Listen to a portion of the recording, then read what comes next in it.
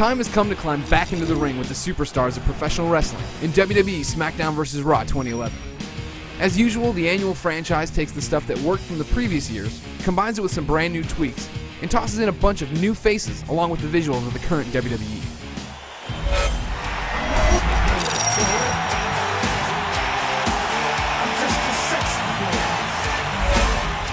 The thing that last year's SmackDown vs. Raw nailed was that TV presentation fans know and love from Monday nights.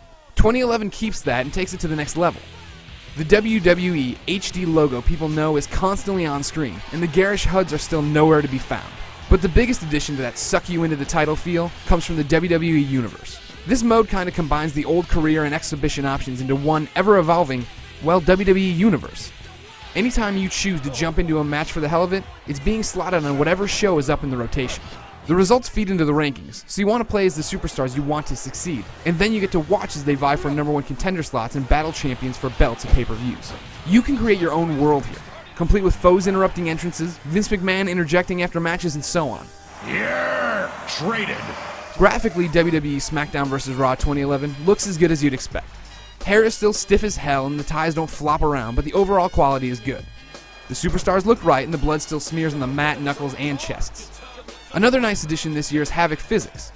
When you toss an opponent towards some steel steps, he's going to land on them as you think he should. You can lean ladders on each other, smash tables that get in the way, and so on. It'll occasionally wig out and have a folding chair standing straight up or a ladder wiggling all over the mat, but it's a nice step forward for the franchise.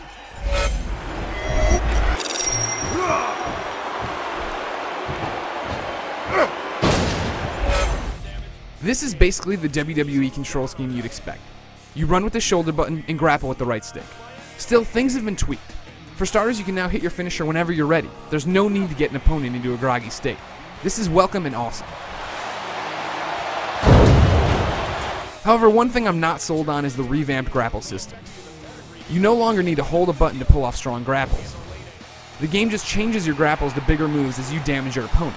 That's cool, but getting there usually means you have to start with an armbar or some other first step chain grapple. SmackDown vs. Raw 2011 is packing the same one-button reverse system from last year, and that kind of screws up the system here. It's super easy to reverse these chain grapples, so I found myself avoiding them when I was fighting friends. I like the reversals and that feel you're always in a match, but the difficulty in getting to a simple suplex pissed me off more than once. This is definitely something that I'd like to see balanced next year. Road to WrestleMania is back and it's weirder than ever.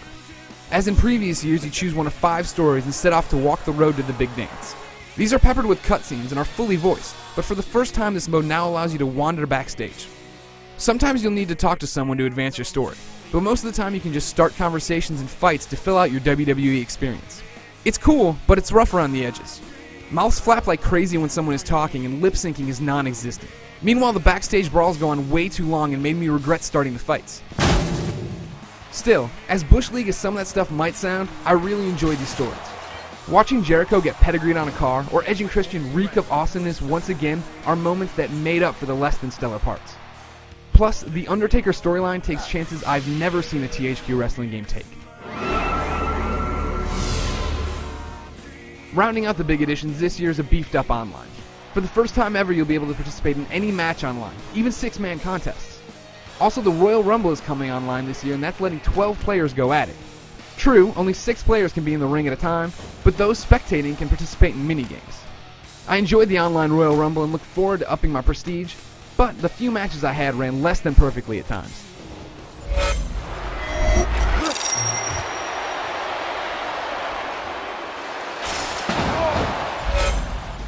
WWE SmackDown vs. Raw 2011 isn't the undisputed champion, thanks to its at times frustrating grapple system and rough road to WrestleMania. But it's still a contender that I find myself sitting here wanting to play. The Create suite is still excellent, the gameplay is solid, and the matches are more intense than ever, seeing as how you can reverse just about anything. Plus, Hell in a Cell finally has weapons. I'd love to see some tweaks, but this is still an impressive title that I'm happy to sink hour after hour into. For way more detail than I can shove into a voiceover, head over to IGN.com.